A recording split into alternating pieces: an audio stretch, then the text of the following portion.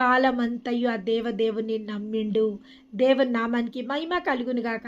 తనకున్న కొదవ కోసం నమ్మిండు. తనకున్న కొరత కోసం నమ్మిండు. కానీ ఎప్పుడైతే ఆ కొదవ కొరత తీర్చబడ్డదో అప్పటికి తన విశ్వాసం ఆగిపోవాల. కానీ ఆ యొక్క జర్నీని దేవుడు ఆపలేదు. దేవుడికి ఒక గొప్ప ప్రణాళిక, ఒక గొప్ప ఉద్దేశం అబ్రహాం పట్ల ఉన్నది. ఆ ప్రణాళిక ఆ యొక్క ప్రణాళిక ఏంటంటే అబ్రహాంని విశ్వాసులకు తండ్రిగా మార్చాలనే ప్రణాళిక, తండ్రిగా చెయ్యాలని. ఎందుకంటే అబ్రహాం దేవుని నమ్మెను, అది నీతిగా ఎంచబడ్డది. పరిపూర్ణమైన ప్రేమలో అపనమ్మకం ఉండదు. పరిపూర్ణమైన ప్రేమలో అనుమానం ఉండదు. పరిపూర్ణమైన ప్రేమలో క్వశ్చన్స్ ఉండయి. పరిపూర్ణమైన ప్రేమలో లాజిక్స్ ఉండయి.